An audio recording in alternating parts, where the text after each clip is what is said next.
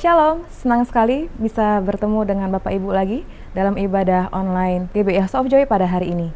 Bagi Bapak Ibu yang baru pertama sekali bergabung dalam ibadah ini, kami ucapkan selamat datang dan selamat bergabung di keluarga besar GBI House of Joy.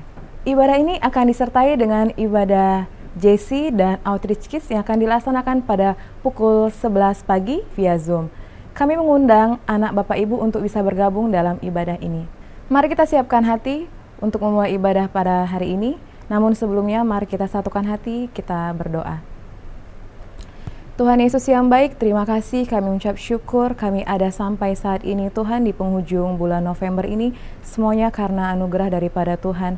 Bapa, pada hari ini Tuhan Yesus kami akan memulai ibadah kami percaya Tuhan Engkau hadir dalam setiap ibadah kami ya Tuhan. Kami mau memuji muliakan nama Tuhan, di dalam nama Tuhan Yesus kami berdoa, haleluya, amin. Selamat beribadah, Tuhan Yesus memberkati.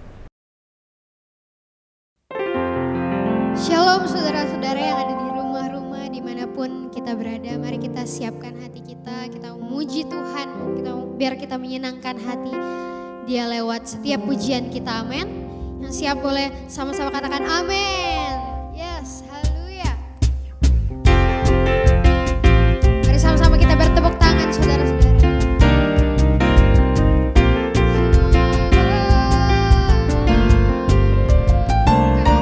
Bersama-sama Tuhan, oh pujian kami, nyanyian kami kepadamu.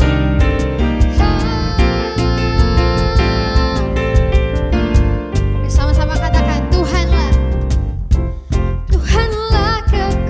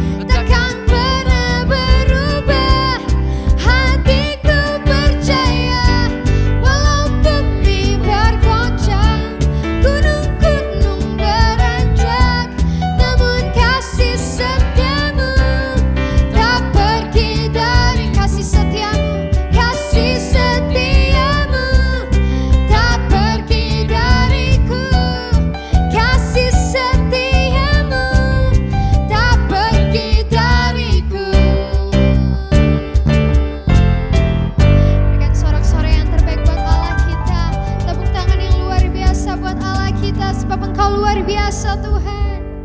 Ada beberapa informasi sepekan yang dapat Anda simak. Yang pertama, ibadah Outreach Jakarta yang akan dilaksanakan pada hari Sabtu, tanggal 5 Desember 2020 yang dilaksanakan via Zoom. Kami mengundang anak-anak muda untuk dapat bergabung dalam ibadah ini. Informasi yang kedua, pada tanggal 4 Desember akan dilaksanakan ibadah revival. Kami mengundang Bapak Ibu untuk dapat bergabung dalam ibadah ini melalui via Zoom. Dan sekarang tiba saatnya kita akan memberi persembahan dan persepuluhan. Di layar saudara sudah tertera QR Code dan nomor rekening GBI House of Joy. Saudara bisa mempersiapkan persembahan saudara, lalu mentransferkannya ke QR Code dan nomor rekening yang sudah tertera tersebut. Jika sudah, mari kita bersatu hati kita berdoa. Tuhan Yesus yang baik, terima kasih. Kami ucap syukur buat berkat Tuhan yang begitu melimpah dalam hidup kami. Bapa, pada hari ini Tuhan Yesus, kami mau memberikan persembahan ya Tuhan. Kiranya persembahan ini Bapa dapat mempermuliakan nama-Mu dan hati-Mu disenangkan melalui persembahan yang kami berikan. Terima kasih Tuhan, di dalam nama Tuhan Yesus kami berdoa. Haleluya. Amin. Selamat memberi, Tuhan Yesus memberkati. Bapa, kami datang Tuhan, membawa hati kami Tuhan. Kami mau berjumpa dengan Engkau Tuhan. Biar hanya Engkau yang disenangkan Tuhan. Hanya Engkau Tuhan yang dimuliakan Tuhan. Bertahtalah dalam setiap pujian kami, penyembahan kami. Sebab dalam hadirat-Mu Tuhan, kami menemukan kedamaian itu Tuhan. Kekuatan itu Tuhan. Saat indah ku berhadapan denganmu, memandang wajah-Mu, Yesus kekasih jiwaku.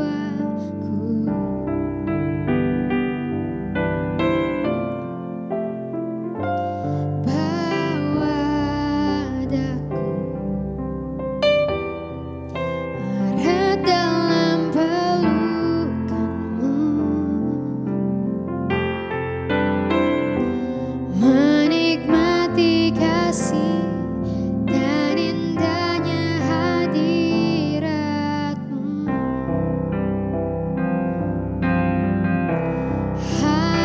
Hadirat-Mu Tuhan, ku rasakan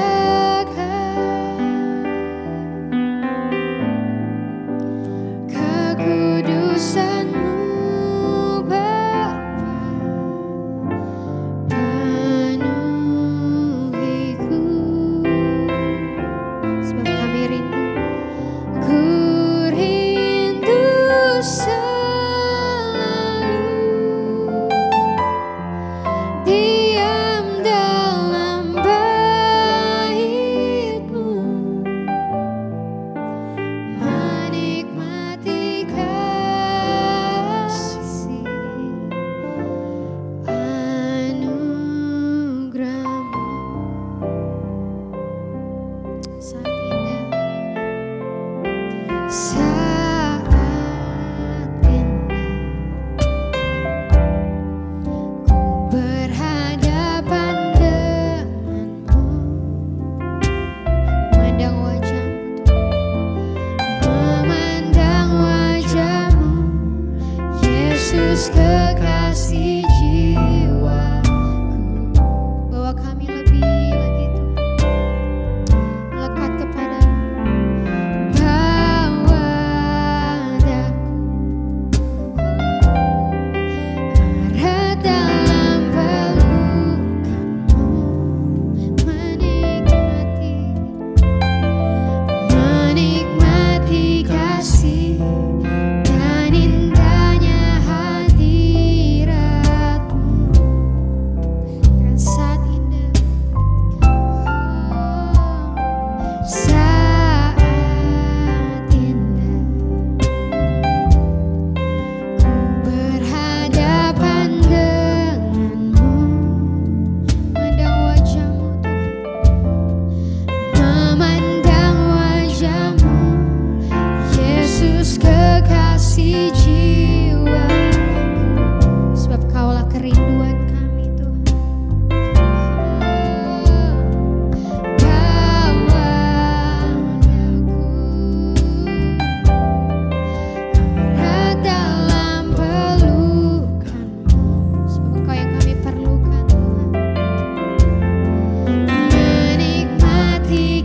kasih dan indahnya hadirat-Mu.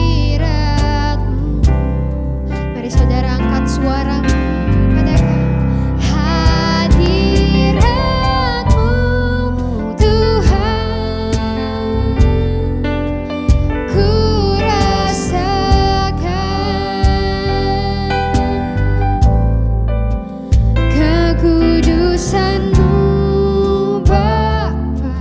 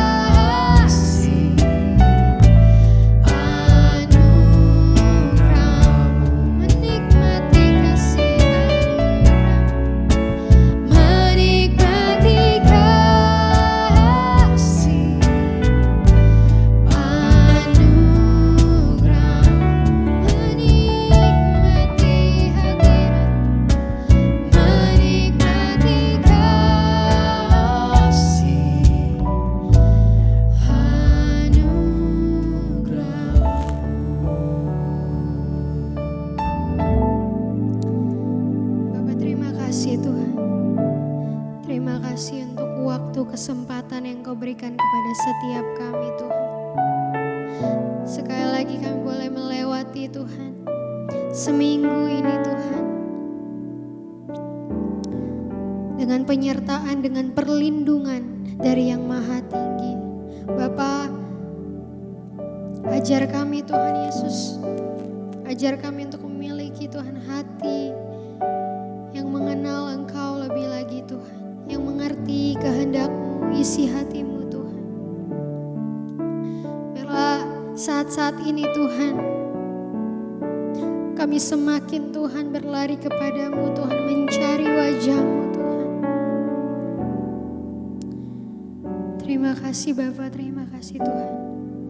Kami mau siapkan hati kami Tuhan, mendengarkan firman-Mu Tuhan. Kau berkati hamba-Mu yang akan menyampaikan Tuhan. Biarlah apapun yang boleh disampaikan itu berkuasa Tuhan, untuk berbicara kepada setiap kami. Sehingga firman itu Tuhan boleh tertanam dan bertumbuh Tuhan. Kami boleh mengerjakannya Tuhan Yesus. Kami semakin serupa dengan Engkau Tuhan Yesus, dan hanya nama-Mu yang dimuliakan. Terima kasih Bapa, hanya di dalam nama Tuhan Yesus. Mari yang siap mendengarkan firman Tuhan, sama-sama katakan amin. Haleluya, shalom Bapak Ibu semua. Atas nama keluarga saya dan Joyce serta Chloe menyampaikan salam kangen untuk Bapak Ibu semua dimanapun Bapak Ibu berada. Sudah memasuki akhir tahun 2020, kita tidak berjumpa tatap muka, tetapi kami sekeluarga tetap berdoa, percaya perlindungan penyertaan Tuhan akan menyertai kita menutup tahun ini di tahun 2020 yang luar biasa. Ada hamba Tuhan yang berkata, di tahun 2020 ini maksimal kita bekerja hanya 3 bulan pertama. Memasuki setelah 3 bulan pertama, kita semua latihan untuk masuk ke new dimension, sesuatu yang baru. Dan saya percaya ketika kita masuk ke musim yang baru, kita semua akan melihat karya Tuhan yang tetap luar biasa dalam setiap kehidupan kita. Yang percaya katakan amin. Haleluya. Nah, saudara Bapak Ibu semua, di awal bulan ini saya mengajak saudara untuk merenungkan tentang hal mengumpulkan harta. Saya mengajak Bapak Ibu semua untuk merenungkan bahwa harta yang kita kumpulkan bukan fokus untuk diri kita sendiri sehingga kita menjadi tamak, kita menjadi serakah saudara. Tetapi mari kita kumpulkan harta di sorga. Mari kita kumpulkan harta yang fokusnya untuk melihat kepada janji yang Kristus sudah buat di atas kayu salib untuk setiap kita semua. Mengapa saudara? Karena ketika kita mengumpulkan harta jasmani di hari-hari ini, di saat kesulitan, kesusahan yang sedang melanda, sedang ada di dunia ini saudara, kita akan menjadi khawatir, kita akan menjadi takut karena kita fokusnya selalu kepada harta jasmani. Tetapi ketika kita mengumpulkan harta yang fokusnya kepada Kristus, maka apa yang terjadi? Janji yang sudah Kristus buat di atas kayu salib akan kita terima di dalam setiap kehidupan kita. Yang percaya katakan sekali lagi amin. Haleluya. Nah, hari ini saudara, saya akan mengajak saudara untuk merenungkan di dalam Matius pasal yang ke-13 ayat yang ke-44 sampai yang ke-46. Judulnya adalah harta yang terpendam. Mari kita baca bersama-sama terlebih dahulu, dan saya mau ajak kita semua merenungkan firman Tuhan ini, dan saya berdoa supaya firman Tuhan ini menguatkan saudara di hari ini. Mari kita sama-sama baca firman Tuhan ini. Hal kerajaan sorga itu seumpama harta yang terpendam di ladang, yang ditemukan orang, lalu dipendamkannya lagi. Oleh sebab sukacitanya, pergilah ia menjual seluruh miliknya, lalu membeli ladang itu. Demikian pula hal kerajaan sorga itu seumpama seorang pedagang yang mencari mutiara yang indah. Setelah ditemukan mutiara yang sangat berharga, ia pun pergi menjual seluruh miliknya, lalu membeli mutiara itu. Saudara, ada dua perumpamaan. Yang pertama harta yang terpendam, kemudian yang kedua dia berbicara tentang apa? Berbicara tentang mutiara yang indah. Kedua perumpamaan ini saling berkaitan dengan arti yang sama. Hari ini saudara, saya mau membahas ayat 44 saja yang dikatakan hal kerajaan sorga seumpama Seumpama harta yang terpendam di ladang yang ditemukan orang lalu dipendamkannya lagi. Nah saudara, ayat 44 ini akan menjadi perenungan kita. Kita akan membahas perlahan demi perlahan, kalimat demi kalimat, sehingga kita dapat mengerti maknanya dan kita dapat menyimpulkannya dalam setiap kehidupan kita. Nah, saudara berbicara tentang harta, saudara pasti tahu bahwa harta ini sifat yang jasmani, berbicara tentang emas, uang, sesuatu yang berharga. Ketika sesuatu yang berharga nilainya sangat mahal, nilainya sangat tinggi, dan orang banyak kali menjaga hartanya dengan sedemikian rupa sehingga pencuri tidak mengambilnya. Nah saudara, kita mengerti dulu konteksnya. Konteks dalam ayat ini, di zaman dulu tidak ada bank dan juga sistem keamanan belum secanggih sekarang. Jadi kemungkinan besar saudara, orang ini punya hartanya banyak gitu saudara ya. Dan saya membayangkan bahwa orang ini akan pergi jauh, dan ketika dia pergi jauh mungkin juga dia hidup sendirian. Tidak ada yang bisa dititipkan hartanya, atau tidak ada orang yang dapat dipercaya, sehingga dia memutuskan untuk dia pergi jauh. Dia putuskan untuk menggali tanah, dia simpan hartanya di dalam tanah, di area ladangnya dia, dan dia meninggalkan rumahnya, meninggalkan kotanya. Saudara, yang harus kita ingat dan kita bayangkan juga apa saudara? Dulu kota tidak seperti sekarang. Kita bisa dari satu kota ke kota lain dengan begitu mudah, pulang hari, naik pesawat, pulang pergi pada hari yang sama. Tetapi tidak demikian pada zaman itu. Dari satu ke kota begitu jauh saudara, sehingga apa yang terjadi di dalam perjalanan begitu banyak rintangan, bahkan mara bahaya yang kemungkinan besar menyebabkan orang yang pergi keluar dari kotanya tidak kembali selamat ke dalam rumahnya. Nah saudara, yang terjadi dalam situasi atau keadaan di ayat ini, kemungkinan besar saudara, bayangan saya, sampai hartanya itu ditemukan oleh orang lain, saudara, mungkin yang mempunyai harta tidak kembali ke ladangnya. Karena ayat firman Tuhan katakan, hal kerajaan sorga seumpama harta yang terpendam di ladang yang ditemukan orang lalu dipendamkannya lagi. Jadi harta itu ditemukan orang lain, dan ketika dia temukan, dia pendam lagi. Yang mengerti sampai sini katakan yes. Nah saudara, ada pandangan perenungan yang mengatakan bahwa harta di sini berbicara tentang Yesus, di mana ketika kita semua ketemu dengan Yesus, saudara, apa yang terjadi? Kita jual semuanya dan kita hanya pengen siapa saudara? Pengen Yesus. Nah saudara, itu juga luar biasa menjadi perenungan buat kita. Nah hari ini saya mau membawa dari sisi yang berbeda. Nah saudara, harta di sini berbicara tentang siapa? Harta di sini berbicara tentang saudara dan saya. Ladang di sini berbicara tentang siapa? Berbicara tentang dunia. Nah, mari lihat Keluaran 19 ayat yang kelima.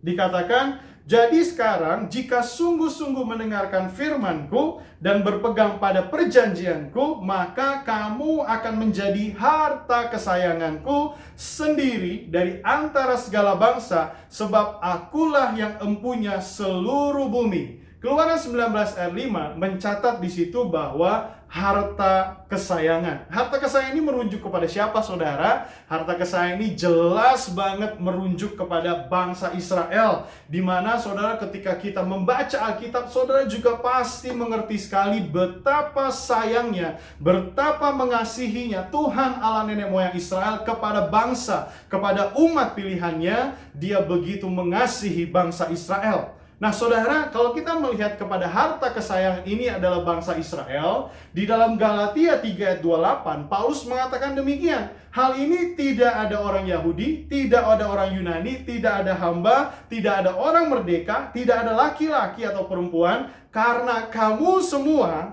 disatu di dalam Kristus Yesus. Artinya gini saudara, ketika Paulus mengatakan gak ada orang Yunani, gak ada orang Yahudi, gak ada perempuan, gak ada laki-laki, kalau kamu di dalam Kristus, kita itu sama semuanya, kita itu satu semuanya, dan kita saudara ada di dalam perjanjian kita sebagai ahli waris dari kerajaan Allah.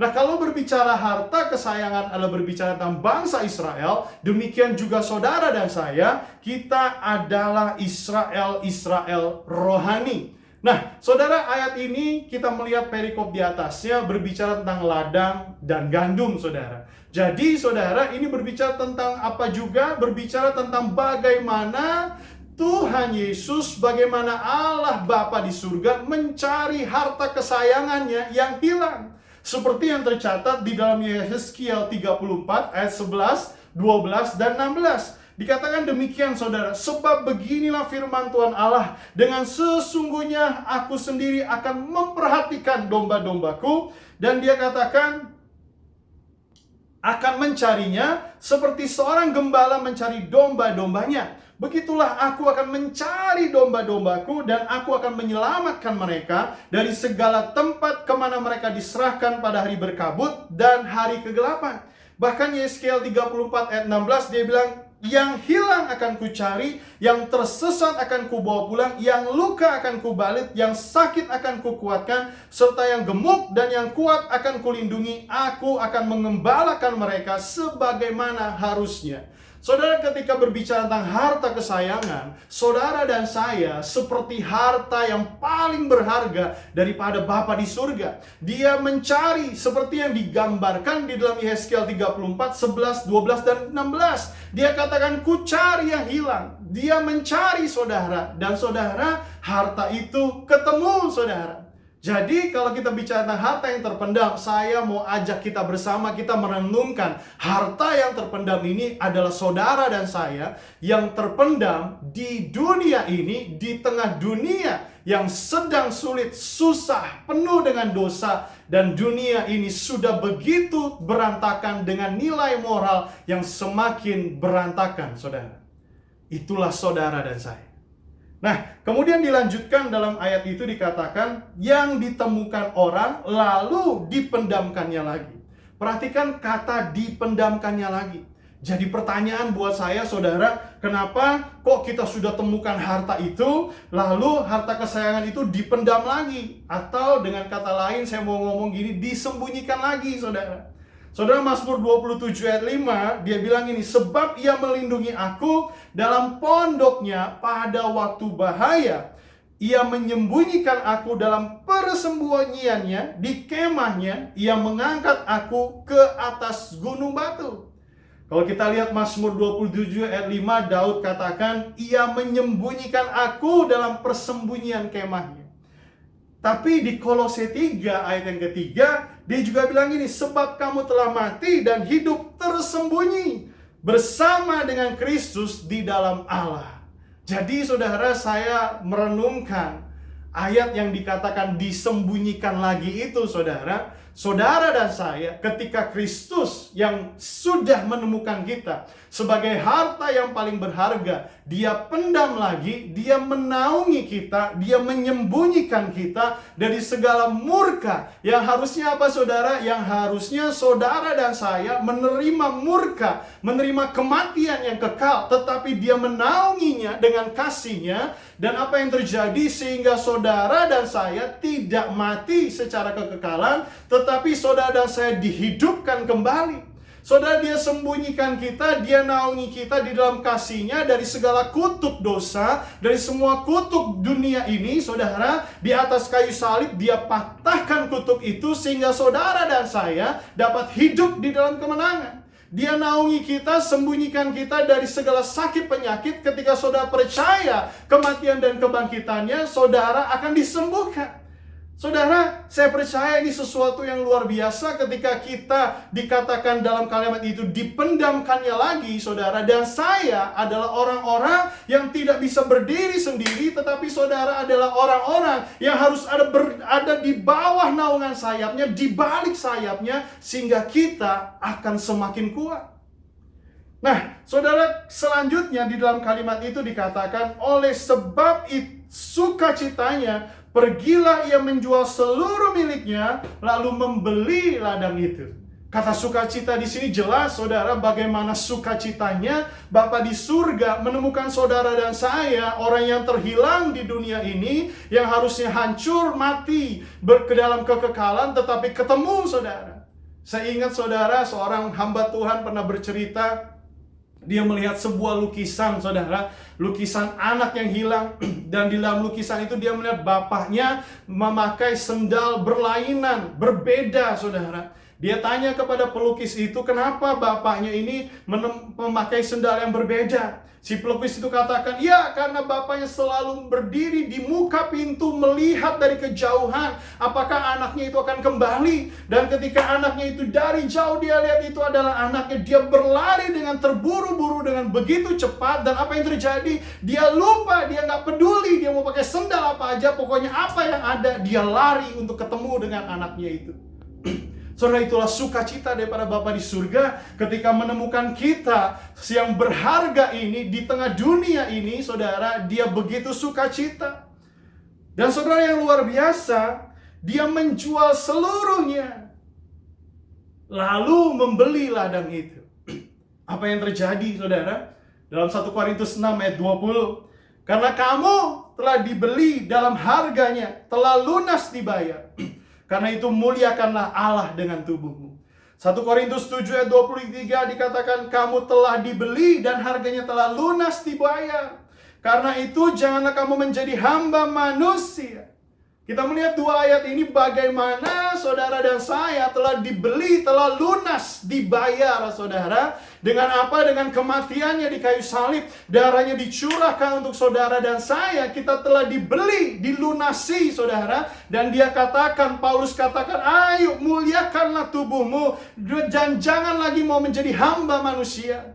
Saudara, dia beli saudara dan saya. Dia lunasi saudara dengan kematiannya di kayu salib. Sehingga apa yang terjadi? Saudara bukan lagi milik daripada kuasa kerajaan kegelapan. Tetapi saudara dan saya adalah miliknya Kristus. Yang percaya katakan amin. Saudara, ini adalah perenungan buat kita semua. Dari rangkaian yang dikatakan dalam ayat yang ke-44, saudara, yang dikatakan bahwa hal kerajaan sorga, seumpama harta yang terpendam di ladang, yang ditemukan orang lalu dipendamkannya lagi. Dan dia katakan, oleh sebab sukacitanya pergilah ia menjual seluruh miliknya, lalu membeli ladang itu. Wow, luar biasa saudara. Ternyata ayat ini lagi berbicara tentang siapa? Berbicara tentang saudara dan saya sebagai harta kesayangannya Tuhan.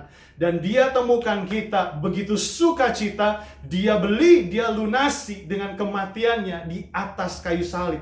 Untuk supaya saudara dan saya menjadi orang-orang yang lebih daripada pemenang. Saudara, dari ayat ini apa yang kita bisa renungkan bersama-sama?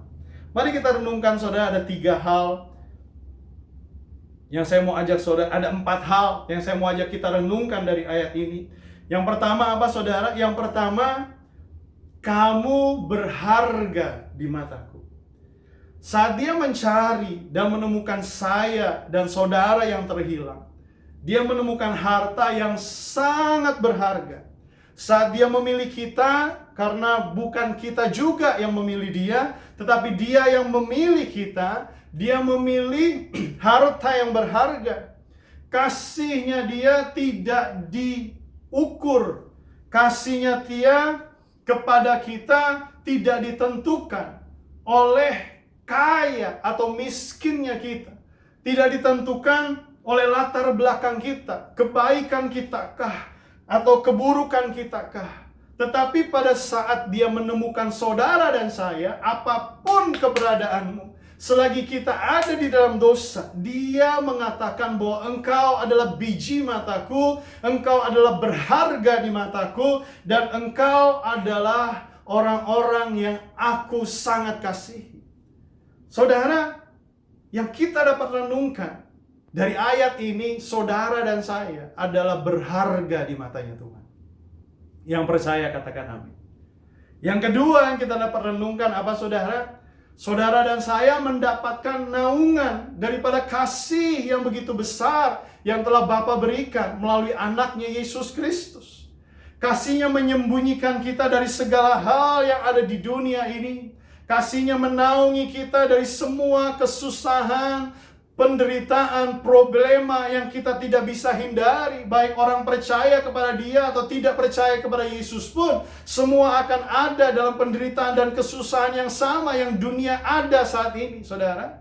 Tetapi dengan kasih-Nya, dengan naungan sayap-Nya, yang terjadi apa? Orang yang percaya di dalam Dia akan tetap diberikan kekuatan. Dia akan berlari tapi tidak menjadi lelah, saudara. Dan dia akan tetap naik dan terbang tinggi bagai Raja Wali. Seperti contoh dalam tokoh di dalam firman Tuhan, yang saya melihat oleh karena kasih-Nya lah dia menaungi Yusuf untuk dapat melewati segala bentuk kesusahan yang pada zaman itu Yusuf alami. Dia melewati penjara, dia melewati keadaan fitnah, saudara. Tetapi oleh kasih-Nya itulah Yusuf, saudara, sebagai harta yang paling berharga, itu dia menjaga janji dari Tuhan Allah kepada Allah Abraham, bahwa keturunannya akan menjadi banyak seperti bintang di langit dan pasir di lautan. Oleh karena kasih-Nya lah, saudara, Musa dinaungi. Pada saat Musa ada di sungai Nil, bertemu dengan putri Firaun, pada saat Musa menghadapi pengembaraan selama 40 tahun, saudara, Musa dijagai, dilindungi, saudara. Karena apa? Dia adalah harta kesayangannya. Dia akan memimpin sebuah bangsa yang besar, yaitu bangsa Israel. Oleh karena kasih-Nya lah Daud mendapatkan naungan, mendapatkan perlindungan dari sayapnya Tuhan Yesus, saudara. Dari segala kemarahannya Saul, peperangan yang begitu besar, yang begitu banyak pada zamannya Daud. Dan Daud selalu menjadi pemimpin karena Daud adalah harta berharga yang akan memimpin bangsa Israel menjadi bangsa yang luar biasa. Begitu juga dengan saudara dan saya.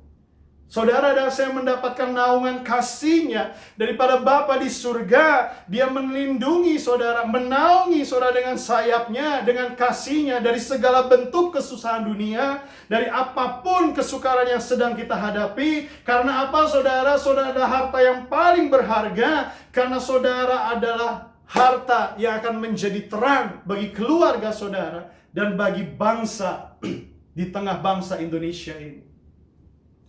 Yang ketiga yang kita bisa renungkan apa di sini, saudara? Kalau saudara adalah harta kesayangannya, saudara adalah biji matanya Tuhan, maka apa yang terjadi, saudara?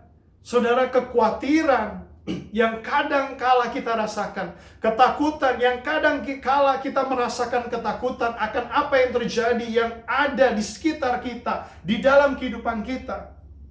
Saudara, ketika kita menyadari bahwa kita mendapatkan naungan sayapnya, kasih-Nya Dia, karya salibnya di atas kayu salib pada saat menemukan saudara, tidak peduli apapun kondisimu, maka apa yang terjadi? Matius 6 ayat 32 katakan, semua dicari oleh bangsa-bangsa yang tidak mengenal Allah, akan tetapi Bapamu yang di surga tahu bahwa kamu memerlukan semua itu. Yang perlu kita lakukan dan fokuskan apa, saudara? Dia menyediakan segalanya di dalam setiap kehidupan kita, karena Dia Bapa yang tahu segala kebutuhan. Sehingga kita tidak perlu khawatir, kita tidak perlu takut, saudara. Walaupun kita akan menghadapi akhir tahun 2020 ini, tetapi karena Dia sayang dan Dia mengasihi saudara, kita nggak perlu takut. Kita cuma perlu percaya bahwa Dia adalah Allah yang berjalan bersama dengan kita. Yang keempat, saudara, berbicara tentang apa? Mengasihi jiwa-jiwa. Masih banyak jiwa-jiwa di dunia ini yang terhilang, yang merupakan harta kesayangan daripada Bapa di surga, yang belum mengenal karya salib Tuhan, yang belum mengenal kasih Tuhan, yang belum mengenal kebaikannya Tuhan. Dan mari kita berdoa bersama-sama supaya di masa pandemi ini, di masa yang tidak enak ini, saudara, banyak orang-orang yang ketemu kepada kasih Kristus. Nah, saudara, 4 hal ini yang kita bisa pelajari bersama-sama. Yang pertama, saudara berharga di matanya Bapa di surga. Saudara mendapatkan naungan kasih-Nya. Yang ketiga, saudara tidak perlu khawatir. Dan yang keempat, saudara kita perlu berdoa agar banyak jiwa-jiwa yang ketemu dengan kasih daripada Bapa di surga. Karena apa, saudara? Saya tutup dengan ayat firman Tuhan yang mengatakan, sebab aku yakin baik maut, baik hidup, baik malaikat-malaikat maupun pemerintah-pemerintah, baik yang ada sekarang maupun yang akan datang, atau kuasa-kuasa baik yang di atas maupun yang di bawah, ataupun makhluk lain, tidak ada yang dapat memisahkan kita dari kasih Allah yang ada di dalam Kristus Yesus Tuhan kita. Saudara, dari perenungan harta yang terpendam ini, saudara dan saya adalah hartanya Dia. Saudara dan saya adalah yang paling berharga, sehingga Dia rela mengorbankan anaknya yang tunggal, Yesus Kristus, mati di kayu salib untuk kita semua.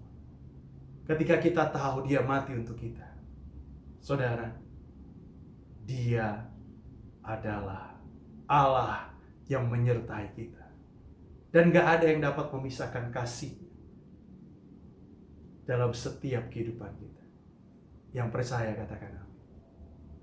Saudara, hari ini apapun keberadaan, apapun kesulitan, apapun yang kau rasakan, dan ketika kita memasuki tahun, bulan depan menjadi bulan yang terakhir, ketika kita akan mengakhiri tahun ini dan memasuki tahun yang baru, percayalah,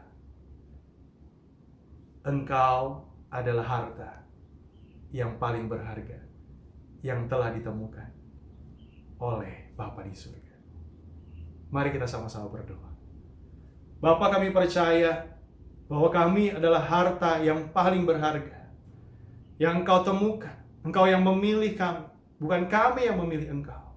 Saat ini dimanapun jemaat Tuhan berada, di rumah mereka masing-masing, ketika mereka mendengar firman, ketika mereka mengalami pergumulan, mereka mengalami beban yang berat, mereka mengalami kesulitan, kesusahan yang sedang mereka doakan, mereka naikkan dalam permohonan. Hamba-Mu berdoa dimanapun mereka berada. Tuhan, jamah mereka. Berikan kekuatan dalam setiap hidup mereka. Bicaralah melalui setiap firman yang mereka baca, yang mereka renungkan setiap hari. Bicaralah ketika mereka menaikkan doa permohonan. Berbicaralah Tuhan dalam setiap kehidupan mereka. Berikan jalan keluar melalui hikmat Tuhan yang luar biasa atas setiap anak-anak-Mu. Dan Bapa, kami mau mengakhiri 1 bulan ke depan, kami akan akhiri tahun ini. Dan kami akan masuk tahun 2021 dengan suatu perkara yang ajaib. Dengan percaya iman kami kepada Tuhan, kami percaya bahwa Bapa tidak pernah meninggalkan kami. Terima kasih untuk perenungan pada hari ini Tuhan, bahwa kami adalah harta yang luar biasa. Dan ketika Engkau menemukan kami, Engkau sendiri yang akan mengembalakan kami, menuntun langkah hidup kami, dan menyertai kami.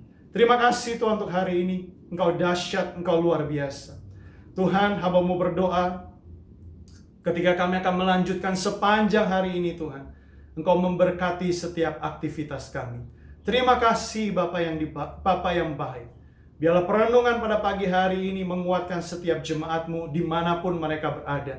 Mereka mengerti bahwa mereka adalah kesayangan daripada Bapa. Terima kasih, kami mau akhiri ibadah kami pada pagi hari ini Tuhan. Dan biarlah ketika kami mau akhiri ibadah kami mau menerima berkat yang terbaik daripada Tuhan. Mari Bapak Ibu, angkat kedua tangan-Mu dan terimalah berkat yang terbaik daripada Bapa di surga.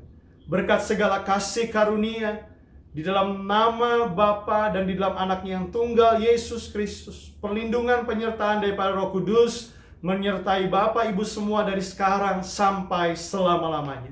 Dan semua yang menerima berkat ini sama-sama katakan, amin. Tuhan Yesus memberkati saudara, dan Dia selalu menyertai saudara kemanapun saudara berjalan. Selamat hari Minggu. Sekali lagi, God bless you. Shalom saudara, pernahkah kita berpikir bagaimana banyak hamba-hamba Tuhan atau orang-orang percaya dipakai dengan karunia kesembuhan ilahi, mengusir setan, membangkitkan orang mati, bahkan melakukan hal-hal yang luar biasa? Misalnya di dalam Alkitab, Musa, Paulus, Petrus, dan banyak tokoh iman lainnya melakukan hal-hal yang luar biasa. Ada satu kesamaan dari semua tokoh-tokoh tersebut, yaitu pengurapan Tuhan yang luar biasa ada pada mereka. Sesungguhnya pengurapan dari Tuhan adalah penting bagi orang percaya. Dalam edisi Voice of Pentecost kali ini, kita akan membahas mengenai pengurapan dalam pelayanan dan kehidupan orang percaya. Di dalam Perjanjian Lama, tindakan pengurapan dilaksanakan pada acara ritual keagamaan, seperti penahabisan imam besar, penahabisan imam yang melayani, pengangkatan seorang raja, serta pengangkatan seorang nabi. Di dalam Perjanjian Lama, memang hanya orang-orang yang khususlah yang dapat menerima pengurapan.